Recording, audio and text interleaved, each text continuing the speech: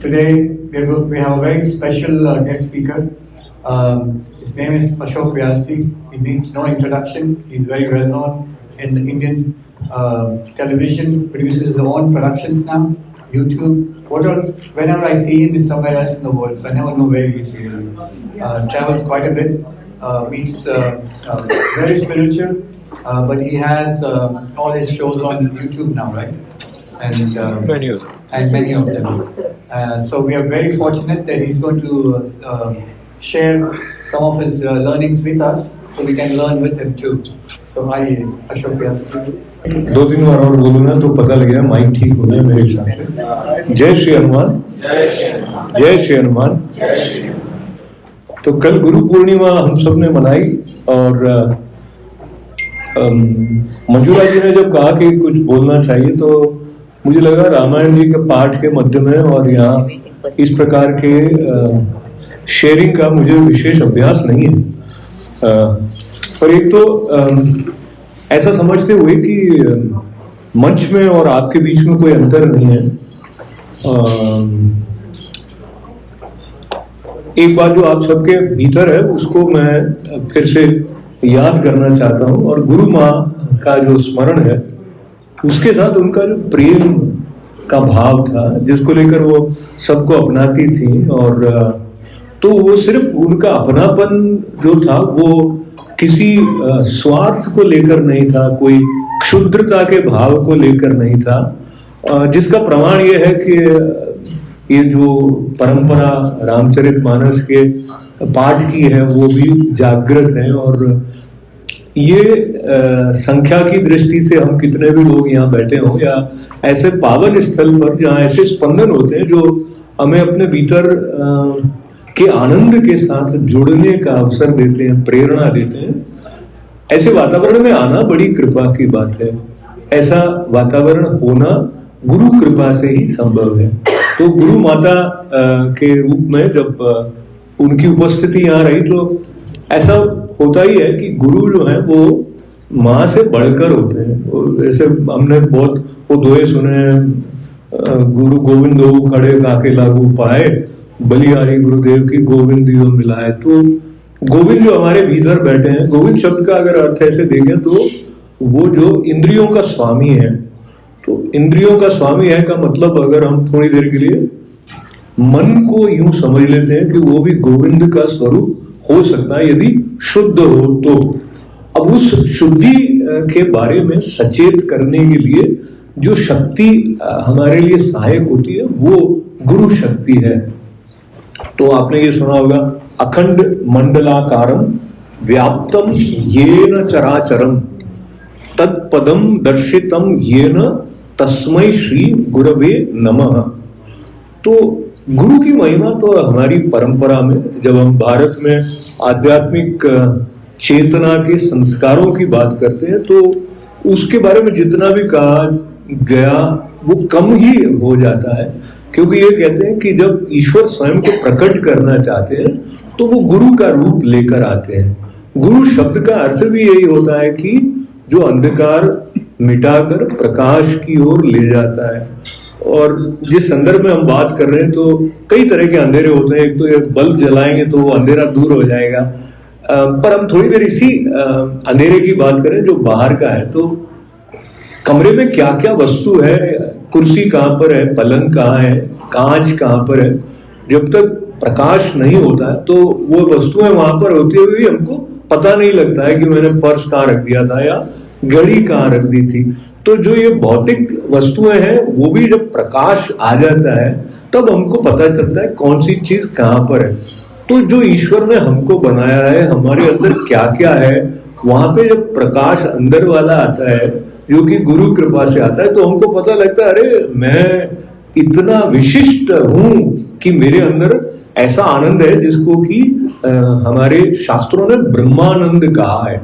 और ब्रह्मानंद के बारे में ऐसा कहा जाता है कि इस संसार का सारा साम्राज्य आपको मिल जाए और उसके बाद आप जितने आनंदित हो सकते हैं उससे कई गुना अधिक आनंद आपके भीतर है, उसको ब्रह्मानंद कहते हैं।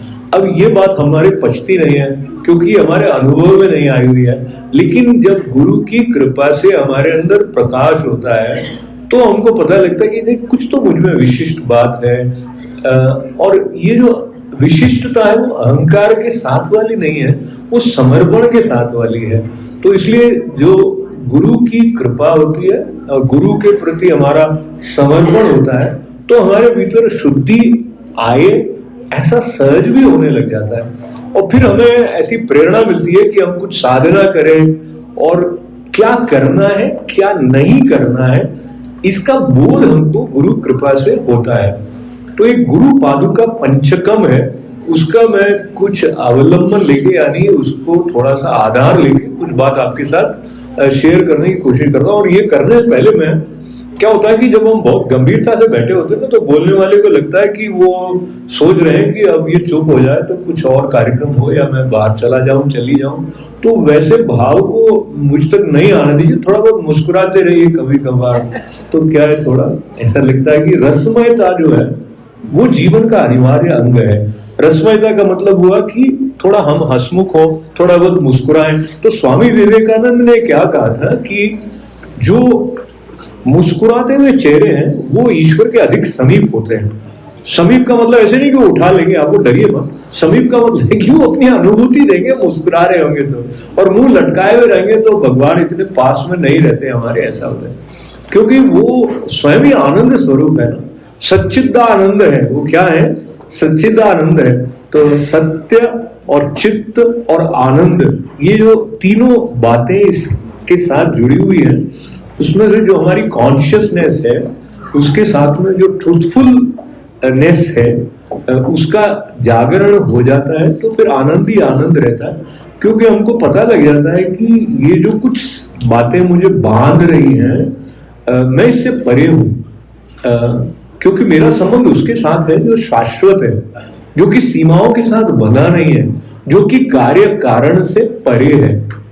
और ऐसे समझ की दृष्टि से ऐसा मानते हैं कि जो परम गुरु या आदि गुरु के रूप में शिव जी हैं, तो समझ की दृष्टि से कई बार कुछ संकेत हम समझ को पकड़ने के लिए कहते हैं, लिटरली बात नहीं है, लेकिन कहते हैं कि जो शिव जी है वो 3 आंखों वाले हैं। तो कहते भाई एक आंख वाला है तो उसका गुरु हो सकता है जो 2 आंख वाला, वो उसको ठीक ठीक बता देगा, एक आंख से नहीं दिख रहा।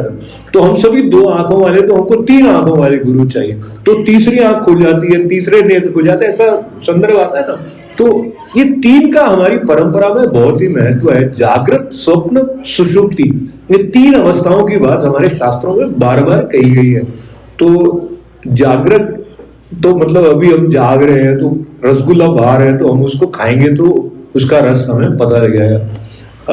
और जब अगर हम सो गए हैं, सपना आ गया थोड़ा, तो सपने में ऐसा हुआ कि एक महल है, उसमें हम गए, वहां पे बहुत आलीशान पलंग है और हमारी कोई सेवा कर रहा है, इस प्रकार की कई बातें सपने में आ जाती है। जो आपकी फेवरेट गाड़ी है वो आ गई, या सब कुछ आ जाता है। और हम वहां सपने में जो अनुभव कर रहे होते हैं कभी कभी कि मुझे ये उपलब्धि हो गई, ये अवार्ड मिल गया, या मुझसे ये गलती हो गई, मेरा ये एक्सीडेंट हो गया तो मैं जेल चला गया, चली गई, जो कुछ भी सपना होता है। लेकिन जैसे ही आंख खुलती है तो वो सपना गायब हो जाता है। तो जो सपने का सच था वो तो रह गया वहां पर। ये अभी वहां पे अगर हमने करोड़ों रुपए भी कमाए तो यहाँ पे काम नहीं आने वाले हैं। तो इस बात को लेके जागृत, स्वप्न और सुषुप्ति जो बहुत गहरी नींद है, तो इन 3 अवस्थाओं की बात को लेते हुए हमारे शास्त्रों ने बहुत अच्छे ढंग से बहुत विस्तार में ये बताया कि एक चौथी अवस्था भी है जिसको तुरीय अवस्था कहते हैं। तो तुरीय अवस्था जो है वो जागृत, स्वप्न, सुषुप्ति इन तीनों से परे है। तो गुरु की कृपा होती है तो उस अवस्था के साथ में हमारा तारतम्य बैठ जाता है, जिसमें कि हम इन तीनों अवस्थाओं के साक्षी हो जाते हैं। साक्षी शब्द आपने बहुत बार सुना होगा। तो आप साक्षी हैं तो आप मुक्त रह सकते हैं। साक्षी हैं तो आपको पता चलता है कि ये जो शरीर है मैं यही नहीं हूं, ये जो कुछ अनुभव इस शरीर के द्वारा हो रहे हैं मैं इसको देख रहा हूं, देख रही हूं। ये जो साक्षित्व का भाव है इसके बारे में श्रीमद् भगवद गीता में भी भगवान ने बहुत बार संकेत दिए हैं साक्षी भव ने साक्षी भव और इस तरह से योगी बनने की जो बात आती है, तो साक्षी हुए बिना योगी नहीं हुआ जा सकता है, क्योंकि आपके मन में क्या चल रहा है वो आप देखेंगे और आपको पता लगेगा कि मैं इस बात को लेकर प्रसन्न हूं, इस बात को लेकर प्रफुल्लित हूं, इस बात को लेकर मैं बहुत ज्यादा चिंतित हो रहा या हो रही हूं। अगर हम देखेंगे तो हम उससे थोड़ा सा दूर होके, डिटैच होके अपने आप को उससे बाहर जल्दी ला सकते हैं। तो ये जो साक्षी होने वाली जो बात है वो पहले तो गुरु हमारे लिए प्रकट करते हैं, दूसरा हम साक्षी बन सके ये पात्रता भी हमारी गुरु की कृपा से विकसित होती है, क्योंकि वरना कोई एक बात आके हमको पकड़ कर ले जाती है। किसी बात के ऊपर हमें किसी से गुस्सा आ गया कि अमुक मनुष्य ने, समझिए मंजुला जी ने कोई बात कह दी, आपको अच्छी नहीं लगी कि ये अपने आप को क्या समझती हैं, तो आप यहां से वापस गई, फिर आपने कहा कि वो मैं तो नहीं जाऊंगी अब मंदिर, क्योंकि मंजुला जी ने मुझे ऐसे देख लिया था। अच्छा, मंजुला जी का उन्होंने आपको देखा भी ना हो, मैं इनका नाम ऐसे ले रहा हूं क्योंकि ये सम्मुख बैठी हैं, तो पर ये कोई भी परिवार में हो सकता है, कोई मित्र हो सकता है, कोई मनुष्य जिसके साथ हम कार्य कर रहे होते हैं। लेकिन अगर हमारा साक्षी भाव है तो हम तटस्थ भाव से अपने आप को उससे बाहर करके उसको एक विहंगम दृश्य को देखकर अपने आप को उससे बाहर ला सकते हैं। और अगर हम साक्षी उस रूप में हो पाए हैं जहां साक्षी होने के साथ साथ एक ईश्वर का स्मरण सतत बना हुआ है, तो फिर उस अवस्था तक हम जाएंगे नहीं जहां हमको बुरा लगे या हमको किसी के प्रति आवेश आए या क्रोध आए। तो ये सब गुरु कृपा से संभव होता है। तो गुरु क्या है, हमारे भीतर का जो air condition system, internal ecosystem के लिए है कि हमें किसी बात को लेकर ग्लानि नहीं हो, हमसे ऐसा कोई कार्य नहीं हो जानबूझकर कि हमने उनको नाराज कर दिया या हमने किसी के प्रति ऐसे वचन कह दिए जो कि उनके भीतर चुभ गए, और अब वो जब भी हमें याद करेंगे तो उनको लगेगा ये कैसा मनुष्य है। तो कुल मिला के हमारे समग्र विकास के लिए जितनी कृपा गुरु की जीवन में पग पग पर प्रकट होती है उसका हम अनुमान भी नहीं लगा सकते हैं। वो हमें बहुत सारी बाधाओं से ऐसे ही दूर कर देते हैं। तो ये जो साक्षी होने वाली बात है उसको लेकर जो अपने भीतर के आनंद से जुड़ने वाली बात है, इसके साथ साथ में एक और महत्वपूर्ण बात आ जाती है जिसे हम कहेंगे शरण लेना। अगर हम अहंकार लेकर ही चलते रहेंगे तो हमने जो अपने लिए परिधि बांध ली है उसके बाहर जाने के लिए हम अपने आप को अवकाश नहीं देंगे, उसके लिए हम अपने आप को छूट नहीं देंगे। तो श्रीमद् भगवद गीता में भी जब वो स्थिति आ जाती है कि अर्जुन करिष्ये वचनम तव कहते हैं, शिष्यस्ते हम शादी माम त्वाम प्रपन्नम, कि मैं आपका शिष्य हूं, मैं आपकी शरण ग्रहण कर रहा हूं, मुझे तो पता ही नहीं चल रहा है कि मैं क्या करूं, मुझे मालूम नहीं पड़ रहा। क्योंकि जाते ही तो जैसे आपको पता है वो बहुत ही महत्वपूर्ण है हमारे परंपरा में, ये वाला जो संवाद है कृष्ण भगवान जी का अर्जुन जी के साथ में कुरुक्षेत्र के मैदान में।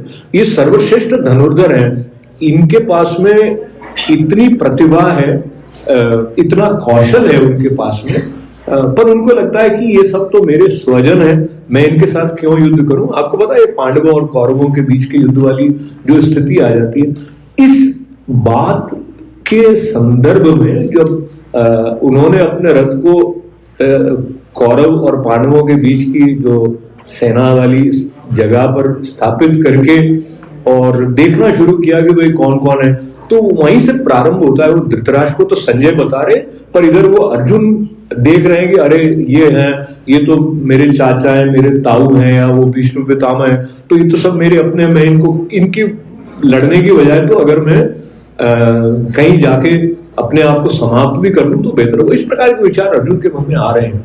तो फिर वो एक व्यापक दृष्टि से, दरअसल जब हम ऋषि मुख से श्रीमद् भगवद गीता के बारे में सुनते हैं तो वो हमारे लिए, हम किसी भी स्थिति में हो उसमें कोई ना कोई ढंग से कृष्ण भगवान जो बात कह रहे हैं वो हमारे ऊपर लागू हो जाती है।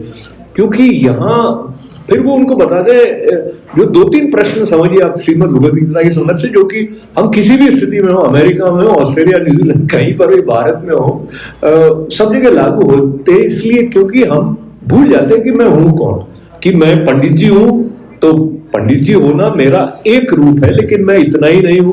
मैं पिता हूं तो पिता होना मेरा एक रूप है, क्या मैं इतना ही हूं? तो वो कृष्ण भगवान अर्जुन को एक तो ये स्पष्टता दे रहे हैं कि भाई आप हो कौन, आप अपने आप को क्या समझ रहे हो। तो देह ही समझकर हम अधिकतर व्यवहार करते हैं, पर हम देह नहीं है तो आत्मा क्या है, ये सारे संदर्भ श्रीमद् भगवद गीता में जिस रसमयता से कृष्ण भगवान के मुख से प्रकट होते हैं। और उसके बाद में वो जब उस ज्ञान की बात करते हैं जो मुक्त करने वाला ज्ञान है, जिसको लेकर ये भी स्पष्टता होती है कि जो युद्ध है वो व्यक्तिगत स्वार्थ या व्यक्तिगत अहंकार की पूर्ति के लिए नहीं होकर धर्म के रक्षा के लिए है। तो धर्म का महत्व जब आता है उसके साथ यज्ञ की बात आती है। मैं बहुत सारी बातें जल्दी जल्दी कराऊं क्योंकि आप जितने समझदार लोग तो होते नहीं हैं, और माँ की जो बातें आ रही तो मैं उसको सिर्फ स्पर्श मात्र कर रहा हूं। लेकिन बात यह है कि जो यज्ञ जीवन को बनाने की बात श्रीमद् भगवद गीता में आई है, उसके पीछे कारण यह ही है कि आप अपने जीवन में धर्म को लाएंगे तो वो स्वतः यज्ञ हो जाएगा जीवन। धर्म को लाने का मतलब है कि हमारी संवेदनशीलता है कि हम अपने आसपास के मनुष्यों से कटु व्यवहार नहीं कर रहे हैं, हम प्रकृति के साथ में ऐसा व्यवहार नहीं कर रहे हैं कि हम उसका शोषण कर रहे हो। हम ये ध्यान रख रहे हैं कि हमारी वजह से वायु में प्रदूषण तो नहीं हो रहा है, जल जो है वो ऐसा तो नहीं हो जा रहा है कि वो आने वाली पीढ़ी के काम ही नहीं आएगा। या अभी जैसे प्लास्टिक को लेकर इतनी सब बातें यहाँ पर हो रही हैं, न्यूयॉर्क में भी हो रही है, भारत में भी हो रही है कि वो रीयूज वाले प्रयोग में लाएं या जो कुछ चीजें ये सब। तो ये संवेदनशीलता जो कि अभी तक मनुष्य जाति में उतने ढंग से आ नहीं पाई हमारे आचरण, उसके संकेत आप कहीं ना कहीं देखेंगे तो श्रीमद् भगवद गीता में जो भगवान जीवन को यज्ञ बनाने की बात कह रहे हैं तो उसके साथ जुड़े हुए हैं। अब ये बात के साथ में जो मैंने पहले शरणागति की बात कही थी, तो पहले अर्जुन अपने आप को जो समझ रहा था, फिर वो मित्र की तरह व्यवहार कर रहा था, वो उनके भाई भी लगते थे, बुआ के बेटे थे। बाद में उनको जब पता लगा कि ये क्या महिमा इनकी है, तो उन्होंने उनसे वो क्षमा याचना भी की कि मैं तो आपको अपना मित्र समझकर और हे मित्र, हे सखा, इस प्रकार से मैं संबोधन कर रहा था। बाद में वो अपना गुरु रूप भी प्रकट करते हैं, उनको विराट स्वरूप भी दिखाते हैं, तो पता लगता है कि कृष्ण वही नहीं है जो दिख रहे हैं। ये जो बात है ना कि जो दिख रहे हैं वही नहीं है, वो मनुष्य के ऊपर भी लागू होती है, ईश्वर के ऊपर भी लागू होती है।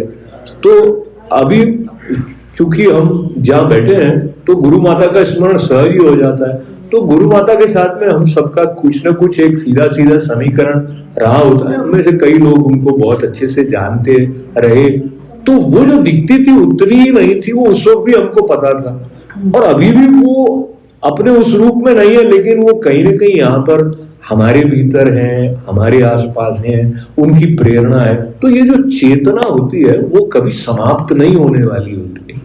तो कृष्ण भी हैं, तो आप भी रहने वाले हैं, आप कभी जाने वाले नहीं, जाएंगे लेकिन नहीं जाएंगे। अभी किन्हीं के स्मरण के साथ में जो कुछ पावन एक पंडित जी करवा रहे थे, तो वो एक रूप में है।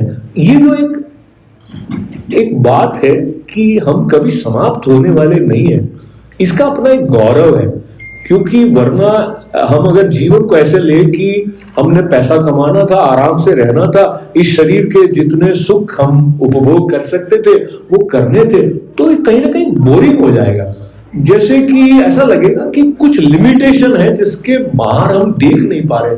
लेकिन हम अपनी जीवन शैली को अगर ऐसा बना लेंगे तो वो हमें उस लिमिटेड नेस में ही सब कुछ लगने लग जाएगा, क्योंकि हम उससे बाहर देखने के लिए जो एक बोध चाहिए वो ग्रहण करने के लिए तैयार नहीं है। और जो शब्द शरणागति का था, मतलब हम जब शरण उसमें लेते हैं, जैसे छोटा बच्चा है, आप माँ भी हैं तो भी और पिता भी हैं तो आप और हम भी बच्चे थे, हम सबको याद है, वो जितने आराम से हमारी गोद में आ जाता है पहले पहले जो छोटा होता है, और वो उसको वो मतलब ऐसे हो जाएगा मतलब वो उसको डर नहीं है कि वो गिर जाए, उसको आपको ध्यान रखना पड़ेगा कि ये मेरी गोद से छलक नहीं जाए। तो वो वाली जो अवस्था होती है ना, वो शरणागति के आसपास की अवस्था है। उसने शरण भी ले ली है, उसको आपके ऊपर भरोसा भी है कि आप उसका ध्यान रखोगे। तो इस तरह की अवस्था जब हम ईश्वर के साथ अपने संबंध में पूरी निश्चलता से कर सकते हैं, तब उसको हम शरणागति कहते थे, फिर वो हमारा ध्यान भी रखता है। लेकिन उस अवस्था तक पहुंचने के लिए जितनी निर्मलता चाहिए, जितना शुद्ध मन चाहिए, वो हमें से बहुत कम का रह पाता है, क्योंकि हम जोड़ तोड़ में लग जाते हैं। हम सोचते हैं अच्छा इनके साथ में ऐसा कर दूंगा, इनसे मुझे ये मिल जाएगा। तो ये जो लेन देन है वो तो व्यापार हो जाता है। तो व्यापार न भी कहें, लेकिन हमें आवश्यकता होती है तो हम जाते हैं, भगवान के पास जाते हैं, गुरु के पास जाते हैं। तो इसमें भक्तों के बारे में भी क्या क्या तरह के भक्त होते हैं वो भी एक उसका वर्गीकरण भी श्रीमद् भगवद गीता में आया है। तो उसमें एक ज्ञानी है, एक अर्थार्थी है, आरती है, मतलब आरती उसको कुछ चाहिए वो है, और किसी को पता लग गया कि ये कौन है और इसके साथ मेरा क्या संबंध है, तो फिर ऐसा प्रेम उसके अंदर फूटने लग जाता है, जैसे कि झरना ही नहीं बल्कि ऐसा फव्वारा जो कि अनंत तक जाता हो, क्योंकि उसको लगता है इसके अलावा तो कुछ है ही। तो वो कहते हैं एक तो ऐसा वाला भक्त होता है जो कि ज्ञानी है, और एक ऐसा होता है जो कि सकाम भाव से आता है कि उसको चाहिए कि मैं ये इलेक्शन खड़ा हो रहा हूं, खड़ी हो रही हूं, तो मैं जीत जाऊं, या मुझे $1 मिलियन मिल जाए, या जो कुछ भी है वो भी है। तो भगवान किसी को मना नहीं करते कि ऐसा भक्त नहीं होना चाहिए वो, लेकिन वो कहते हैं फिर भी इसमें जो ज्ञानी है वो मुझे बहुत प्रिय है, क्योंकि वो तो मेरा आत्मस्वरूप ही है। तो उसको पता लग गया कि मैं और भगवान एक है।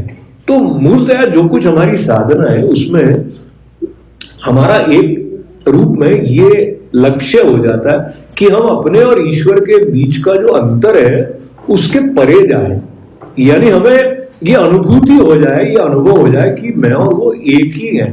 तो ये जो एकत्व का भाव है ये हमें जितनी शक्ति देता है और हमारे भीतर के प्रेम को प्रकट करने के लिए सुलभ करा देता है, वो और कोई करा नहीं सकता है। और अगर आप उपनिषदों की तरफ जाएंगे तो आपको याज्ञवल्क्य जी के संदर्भ से ये बात सुनने को मिलेगी, जो अपनी आश्रम से जब जा रहे थे और अधिक साधना के लिए, पूरी तरह ईश्वर तत्व में लीन होने के लिए, तो उनकी पत्नी ने पूछा कि आप जा रहे हो तो हमारे लिए क्या छोड़ के जा रहे हो? तो समझिए कि उनके पास 100 एकड़ का आश्रम था। तो उन्होंने कहा कि ये पूरा आश्रम है, इतनी हजारों गायें, ये सब छोड़ के जा रहे हो। तो उन्होंने कहा अच्छा आप ये सब छोड़ के जा रहे हो तो आप किसके लिए जा रहे हो? आप जिसके लिए जा रहे हो वो इनसे अधिक कीमती होगा, तो उसके बारे में हमको बता के जाओ। तो वो जो उनका संवाद है याज्ञवल्क्य जी का और मैत्रेयी जी का, उसमें वो बताते हैं कि वो प्रसन्न होते हैं कि भाई मैं तुमसे प्रेम करता था लेकिन मैं और भी अधिक प्रेम करता हूं क्योंकि तुमने मुझसे इतना अच्छा प्रश्न पूछा। तो अब देखिए हमारे यहाँ जो वैराग्य है उसमें प्रेम समाप्त नहीं हो जाता है। अभी संयोग की बात रही है कि हम जहां बैठे और मुझे फिर से गुरु माता का स्मरण आती, तो उनके अंदर वैराग्य था लेकिन उनके अंदर सबके लिए प्रेम था, और उनके अंदर ऐसा प्रेम था जो कि हम में से कई लोगों के पास नहीं हो पाएगा यदि हम इस जोड़ तोड़ में लगे रहेंगे कि इससे मुझे क्या मिलेगा। तो बात हो रही थी याज्ञवल्क्य जी की, तो उन्होंने कहा कि पत्नी जो है वो पति को इसलिए प्रिय है क्योंकि वो उसमें अपनी आत्मा को देखता है, पुत्र जो है वो पिता को इसलिए प्रिय है क्योंकि वो उसमें अपनी आत्मा को देखता है। इस प्रकार से हम अगर वहां पहुंचते हैं जहां की हम आत्मा को देख पाते हैं, इसका मतलब है कि पहले हमें पता होना चाहिए कि मैं आत्मा हूं। तो चाहे विवेकानंद हो, चाहे आचार्य शंकर हो, हम अपने आत्मबोध के साथ होकर जीवन को अपनाएंगे तो जीवन मुक्ति की बात हमारे लिए कहीं ना कहीं प्रासंगिक रेलेवेंट हो जाएगी। तो आत्मयुक्त होकर जीने का मतलब और जीवन मुक्त होने का जो मतलब है वो हम शब्दों से नहीं समझ सकते हैं। उसके लिए हमें अपनी अपनी अंदर की यात्रा अपने अपने हिसाब से करनी पड़ती है। पर यह शब्द अच्छा है, जीवन मुक्त। तो इसके बारे में भी स्थित प्रज्ञ के बारे में कृष्ण भगवान से अर्जुन पूछते थे, स्थित प्रज्ञ से का भाषा समाधि से केशव। तो वो कहते हैं आप बताते हो कि ऐसा स्थित प्रज्ञ जो होता है तो वो कैसे चलता, कैसे बोलता, उठता, बैठता, ये सब सवाल कृष्ण भगवान से जो अर्जुन पूछते हैं। तो उसमें सम की बात पर बार बार जोर कृष्ण भगवान के मुख से आता है। मैं बहुत जल्दी अपनी बात को समाप्त कर दूंगा, ऐसा मुझे ऐसा लग रहा है कि आपके और मेरे बीच का जो ये सम का भाव है वो रसमयता से जब तक बना रहेगा तो आपको और मुझे भी आनंद आएगा। पर ये जो श्लोक है 12वें अध्याय में है, समः शत्रौ च मित्रै च तथा मान अपमानयो शीतोष्ण सुख दुखेषु समः संग विवर्जितः तुल्य निंदास्तुतिर मौनी संतुष्टो येन केनचित् अनिकेत स्थिर मतिर भक्ति मान्य प्रियो नरा। तो 12वां जो अध्याय है वो भक्ति योग उसको कहा गया है और उसमें भगवान ये बता रहे कि उनको कैसा भक्त प्रिय है।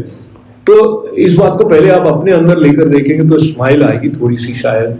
जब आप अपनी पत्नी जो होने वाली थी उनसे पहली बार मिले या अपने पति जो होने वाले थे उनसे पहली बार मिले और आप दोनों एक दूसरे को समझने की कोशिश कर रहे थे, हो सकता है कोर्टशिप रही हो, तो आप दोनों कोशिश करते थे पता लगाने की कि इसको क्या अच्छा लगता है।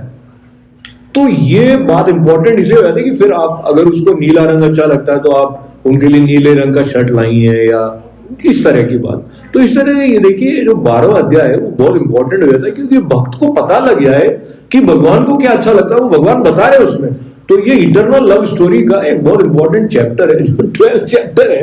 तो उसमें बात ये आई कि समय तो उनको कैसा भक्त प्रिय, तो बताते हैं कि जो शत्रु में और मित्र में समभाव रखता हो और कहीं पे उसकी प्रशंसा हो रही हो या कहीं पे उसकी आलोचना या निंदा हो रही हो तो भी समभाव रखता हो, इवननेस ऑफ माइंड जिसे कहते हैं, तो ऐसा उनको भक्त प्रिय है। अब ये अवस्था कैसे आए हमारी, वो बड़ा तप की आवश्यकता है, बड़े अभ्यास की आवश्यकता है, क्योंकि जब तक हम अपने आप अपने बारे में स्पष्ट नहीं होंगे कि मैं हूं कौन और हम अपने आप को सीमित मानकर रख रहे होंगे तो बहुत जल्दी हमारा जो बॉइलिंग पॉइंट है वो आ जाएगा।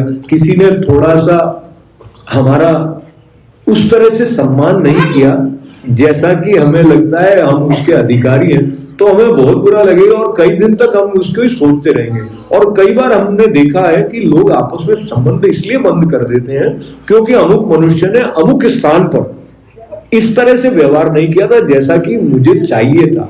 तो ये आप अपने आत्मसम्मान के साथ किस बात को जोड़ रहे हैं वो जब तक विवेक नहीं होगा तब तक उसका आनंद आ नहीं पाएगा। तो मैं आनंद लेने के साथ साथ मैं क्या कर रहा हूं कि मेरे गुरु महाराज का भी स्मरण कर रहा हूं और मैं जो कुछ थोड़ा बहुत बोल पा रहा हूं तो उसके पीछे भी मेरे गुरु स्वामी श्री ईश्वरानंद गिरी जी महाराज जो उनका स्मरण रखते हुए एक आचार्य शंकर जो हैं उन्होंने 10 नामी संन्यास परंपरा का जो विधान किया और आचार्य शंकर जो हैं उनका थोड़ा सा स्मरण कर लेते हैं गुरु पूर्णिमा के निमित्त। आप में से बहुत सबको पता होगा कि गुरु पूर्णिमा जो है उसको व्यास पूर्णिमा भी कहते हैं क्योंकि वेद व्यास जी का पूजन होता है और जहां भी कोई कथा वाचक कथा करते हैं तो उसको व्यासपीठ कहते हैं। तो इतनी उनकी महिमा है वेद व्यास जी की। तो वेद व्यास जी जो थे उन्होंने वेदों का विभाजन भी किया।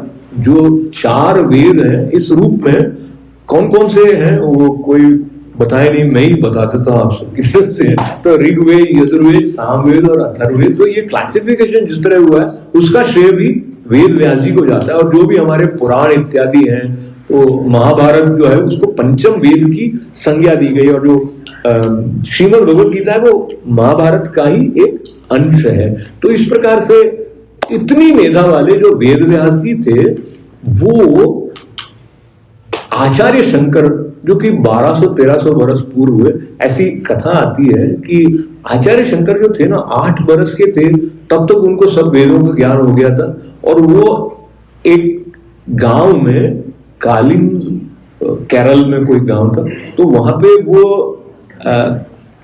क्लास चलाते थे। जो बड़े बड़े लोग उनसे पढ़ने के लिए आते थे वेद इत्यादि। यानी वो 8 साल के थे और अपनी माँ के इकलौते पुत्र थे पर वो बहुत ही ज्ञानी थे। और उनके पास एक राजा आया एक बार, तो मुझे ठीक से पता नहीं कितने साल पहले या तो उसने एक बहुत बड़ा ग्रंथ लिखा था, कोई कविता काव्य एपिक जिसे कहते हैं ना बड़ा सा, और उन्होंने आचार्य शंकर को सुनाया था। और फिर कुछ समय के बाद वो वापस आए तो उन्होंने कहा कि उसका उस संदर्भ से बात हुई तो राजा बड़े दुखी थे। उन्होंने कहा कि वो एक अमुक हिस्से में महल की आग लग गई थी तो वो मेरी जो कृति है वो पूरी तरह जल गई। तो उन्होंने कहा चिंता की बात नहीं है, मैं लिखवा देता हूं। तो उन्होंने एक बार पढ़ी थी, पर उनकी मेधा ऐसी थी कि उन्होंने लिखवाई।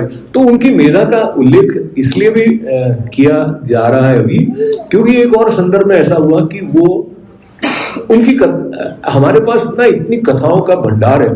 जैसे अभी चूंकि आप मुझे दिखाई दे रहे हैं सिख स्वरूप में है, तो गुरु नानक देव जी की बहुत सारी कथाएं हो जाएंगी। तो हमारे बड़े संतों की, बड़े महात्माओं की कथाओं में से अभी आचार्य शंकर का स्मरण आया। तो आचार्य शंकर जो थे वो देखते थे कि उनकी माँ जो है वो पानी लेने के लिए बहुत दूर तक पैदल चल के जाना पड़ता है उनको।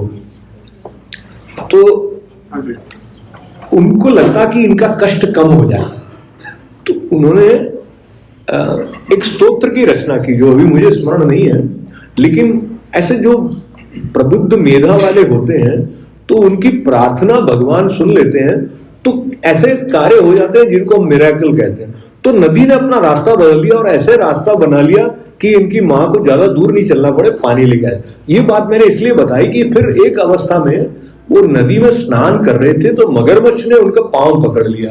किनका? आचार्य शंकर का। तो अपनी परंपरा में ऐसा माना जाता रहा कि वो बहुत देर तक कोशिश करते रहे, मां भी उनको खींच रही थी, लेकिन मगरमच्छ छोड़ नहीं रहा था। ऐसा लग रहा था कि वो बचेंगे नहीं।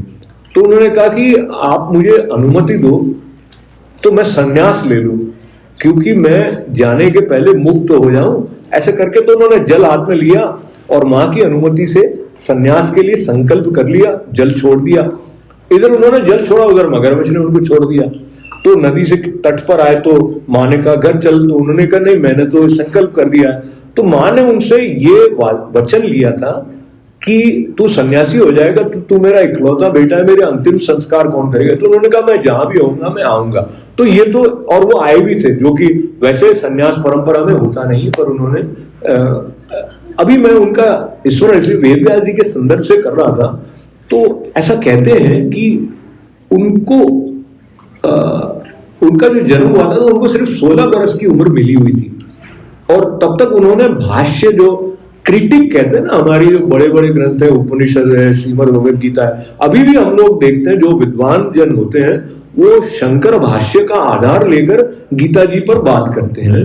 तो इतने महान जो आचार्य शंकर थे, तो 16 वर्ष के होने के बाद उनकी जो टीका थी वो कहीं सुना रहे थे। तो एक बड़ा बुजुर्ग से सज्जन, जैसे हम लोग बैठे बात करें, वो आके वहां पे सुन रहे थे। तो उन्होंने कहा कि ये तुमने बहुत अच्छा किया है, तुम्हें इसका पूरे भारत में इसको पहुंचाना चाहिए। तो उन्होंने कहा कि मेरा तो समय आने वाला है। तो ऐसा कहते हैं कि वेद व्यास जी ने उनको 16 वर्ष की आयु और दी, और उसके बाद में जो मठों का निर्माण हुआ और वो उन्होंने पद यात्रा करके पूरे भारत की 3 बार परिक्रमा की। तो उनकी कृपा से हमारे ग्रंथ हमारे लिए जागृत, हमारे बहुत सारे स्थान हमारे लिए जागृत रहे। तो आचार्य शंकर के ऊपर भी वेद व्यास जी की कृपा हुई। तो कुल मिला के हम सब पर वेद व्यास जी की कृपा है, जिसको लेकर हम इस गुरु शिष्य परंपरा के अंतर्गत अपने भीतर आत्मज्ञान तक पहुंचने का अवसर पाते हैं। इस संदर्भ को लेते हुए रसमयता से गुरु की सेवा करने के भी बहुत सारे उदाहरण हमारे पास आते हैं।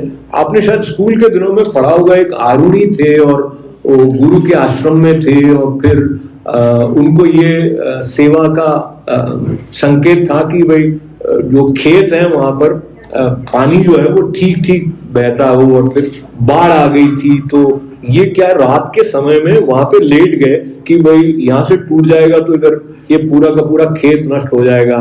और इस प्रकार की कई कथाएं कई शिष्यों के संबंध में आती है, जिनसे हमको पता चलता है कि गुरु की जो महिमा है वो ऐसी नहीं है कि हम जिसका बखान कर सकें, पर हम गुरु की शरण लें तो गुरु की कृपा से हमें कुछ न कुछ प्राप्ति हो जाती है।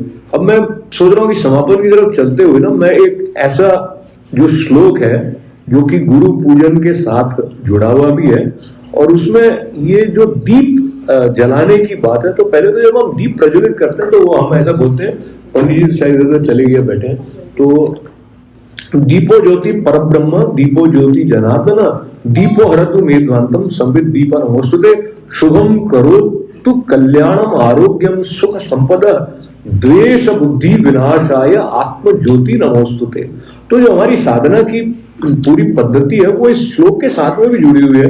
क्या कह रहे हैं कि दीपो ज्योति परब्रह्म दीपो ज्योति जनार्दन दीपो हम सब दीपो शुभम करो तो कल्याण। तो मैं 2-3 बातें इसमें ले रहा हूं कि भाई हमारा शुभ हो, हमारा कल्याण हो। तो ये जो ज्योति प्रकट हो रही है, तो हमारे यहाँ वैसे ही कुछ नहीं है मामला। सब चीज के पीछे बड़ी गहन चिंतन है। और एक बिंदु में सिंधु का दर्शन कैसे हो और एक दीप प्रज्वलन के द्वारा हम अपने भीतर के आत्मदीप को जगा सके, इसकी बात का संकेत भी प्रार्थना के साथ हम लोग करते हैं। तो फिर बाद में क्या बात आ गई, दीपो ज्योति जनाना दीपो शुभम करो कल्याण आरोग्य शुभ द्वेष बुद्धि विनाश आए। तो द्वेष की बुद्धि को विनाश करने की बात क्यों आई, इसके ऊपर एक थोड़ा आधा मिनट बात कर लेते हैं। तो इसमें क्या एक कथा आपको ध्यान होगी, ध्रुव, बालक ध्रुव का नाम सुना है आपने, भक्त ध्रुव है ना। तो भक्त ध्रुव की माँ कौन थी, कौन बता सकता है क्विकली? तो मैं बता सकता हूँ क्विकली। तो उनके जो पिताजी थे उनकी 2 पत्नियां थी, एक का नाम था सुनीति और एक का नाम था सुरुचि।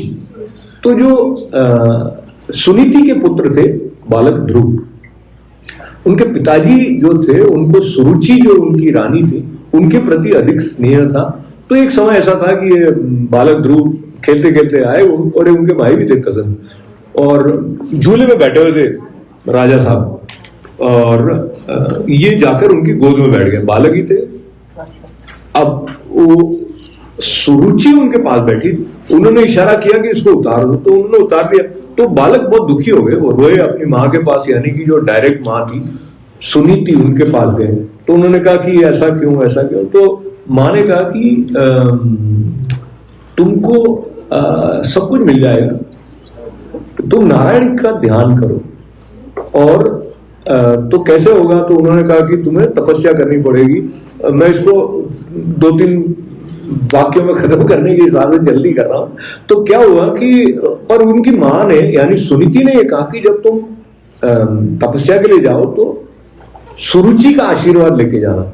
इस बात को आप यहां से जोड़िए, यानी कि जब आप भगवान की भक्ति के लिए जा रहे हैं तो किसी के प्रति द्वेष का भाव लेके जाएंगे तो भगवान नहीं मिलेंगे। वो द्वेष आपके अंदर कुछ न कुछ ऐसी लकीरें करता रहेगा कि भगवत प्राप्ति में वो बाधा उत्पन्न कर देगा। तो इसलिए द्वेष बुद्धि विनाशाय, जब हम दीप प्रज्वलित करें तो कह रहे हैं ना, द्वेष बुद्धि विनाशाय आत्म ज्योति नमोस्तुते। तो जब द्वेष बुद्धि विनाश हो जाएगी तब जो आत्म ज्योति है वो प्रकट होगी। और एक और श्लोक जिसका संबंध गुरु पूजन के साथ है, उसकी तरफ बढ़ने में पहले स्मरण ये करें जो गुरु परंपरा भारतीय परंपरा के साथ में आती है। नारायण का नाम तो है ही, नारायण से प्रारंभ हुई है। नारायणम पद्मभवम वशिष्ठम शक्तिम च तत्पुत्र पराशरम च व्यासम शुकम गौड़ पदम महांतम गोविंद योगींद्र मथास्य शिष्यम श्री शंकराचार्य मथास्य पद्म पादम च हस्तामलकम च शिष्यम तम तोटकम वार्तिककार मन्यान स्मन गुरुन संततमान तोस्मिन। तो ये मैंने सारे गुरुजनों की जो परंपरा के नाम ले लिए इसलिए क्योंकि इस प्रकार से श्रद्धा से उनका स्मरण हो जाता है तो हमारी पात्रता जो है वो अपने भीतर ब्रह्म ज्ञान तक पहुंचने की थोड़ी बढ़ जाती है। और एक श्लोक और जो गुरु पूजन के साथ दीप प्रज्वलन के समय आता है उसका थोड़ा सा उल्लेख करके मैं अपनी वाणी को विराम दूंगा। तो कहते हैं कि वैराग्य तैल संपूर्णे भक्तिवर्ती समन्विते विवेक पूर्ण पात्रे हम बोध दीपम प्रदर्शये श्री गुरु पादुकाभ्यो नमः दीपम दर्शयामि। तो इसको मैं थोड़ा सा आपके साथ इसका पकड़ने की कोशिश करते हैं। तो कौन सा वाला दीप है गुरु के लिए? वैराग्य का तो उसमें तेल है। तो इसका मतलब है कि हम अपने अंदर वैराग्य जागृत करें, जिसकी बात हम प्रारंभ में करें तो डिटैचमेंट हो थोड़ा सा। अटैचमेंट बहुत ज्यादा होगा तो हमको दिखाई नहीं देगा कि सचमुच में दृश्य क्या है। तो ऐसा अटैचमेंट हो जाता है कि जैसे हमने आंख पर हाथ रख दिया है और फिर हम देखने की कोशिश करने की रास्ता कहां पर है। तो वैराग्य होता है तो हमें ठीक ठीक जो है वो दिखाई देगा कि कैसा क्या है। तो वो तैल जो है वो वैराग्य का हो, वैराग्य तैल संपूर्ण भक्ति भक्ति समन्वित है। अच्छा, जो दीप प्रज्वलित करते हैं तो देखते ना, उसमें वो बाती जो लगाते हैं उसको वर्ती कहते हैं। तो कैसी उसमें बाती कौन सी है? भक्ति की है। और विवेक पूर्ण पात्रे हम, तो जो पात्र है ना, जैसे दिया मिट्टी का या चांदी का या जो भी हमने बनाया होता है, तो ये कौन से वाले पात्र का है? दिया विवेक है वो पात्र। तो तीन चीज आ गई, अभी एक चौथी आएगी, उसके बाद बात समाप्त हो जाएगी। तो क्या, पहले तो वैराग्य, और उसके बाद में भक्ति, और उसके बाद में विवेक। वैराग्य तैल संपूर्ण भक्तिवर्ती समन्विते विवेक पूर्ण पात्रे हम बोध दीपम प्रदर्शय। तो जब ये तीनों होंगे तो फिर बोध हो जाएगा। जो बोध हो जाएगा तो कुछ बचेगा ही नहीं, ये वो वाला बोध है। उसके बाद में कुछ बचता ही नहीं है। तो इसीलिए कहते हैं कि आप हम पर ऐसी कृपा करें, हमें वो पता चल जाए जिसके बाद में कुछ भी प्राप्त करना शेष नहीं हो। इस प्रकार की कथा भी उपनिषद में आती है। जब बच्चा आता है गुरुकुल से, तो पिता कहते हैं क्या तुझे वो पता चल गया जिसके बाद में और भी कुछ पता करना शेष नहीं हो? तो हम चाहते हैं क्या कि ऐसा हमारे जीवन में हो जाए कि हमें वो मिल जाए कि उसके बाद में और कुछ प्राप्त करना शेष नहीं रह जाए।